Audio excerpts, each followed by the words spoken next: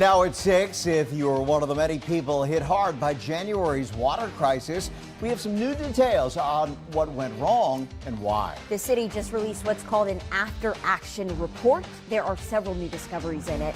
Richmond reporter Madison McNamee is digging through it and talking with city officials. So what are the big takeaways from this? Well, Jasmine, the report says the power outage at the plant was ultimately the root cause of the crisis, but it also says the team at the plant should have been equipped to handle that. It then goes on to say it was a combination of issues like poor staff training, communication problems, and outdated technology that escalated the situation into a crisis.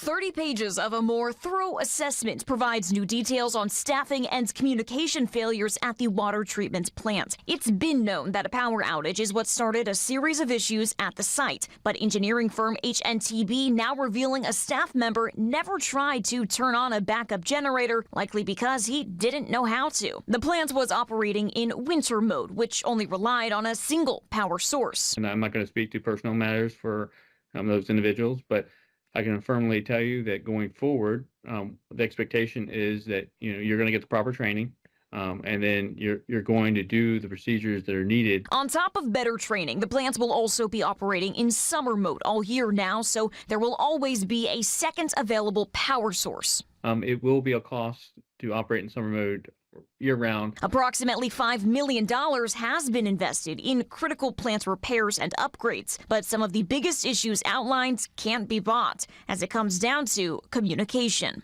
A new timeline from HNTB says someone said a boil water advisory should be considered around 10 a.m. It was not officially issued until closer to 4:30 p.m. On top of that, Henrico and Chesterfield were not notified about the issues at the plant until an hour after they started. The report says they should have been called immediately, and that could have prevented the extent of the regional crisis. I think, if everything had been moved forward an hour, we probably would have notified the public a little bit sooner. Meanwhile, Hanover County was not notified for about another 8 hours because the city was contacting the wrong number. The report also says there were no discussions of storm prep ahead of the winter weather. Many of the issues cited come down to management. Former DPU Director April Bingham was not a part of the report, but I'm told she was asked to participate but declined.